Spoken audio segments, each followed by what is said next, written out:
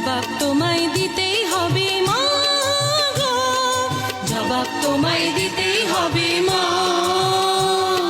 সন্ত্রাসীদের হাতে কেন ছিন্নি তুমি স্বদেশ আমার মাতৃভূমি, জবাব তোমায় দিতেই হবে মা গো, জবাব তোমায় দিতেই হবে মা। কেন বিদ্যালয়ে পড়ছে বোমা, এই কি পেলাম শিক্ষা ও মা, লাঞ্ছিত আজ শিক্ষাগুরু চোখে দুঃখের জল। ও মা, একাত্তরের মা জননী,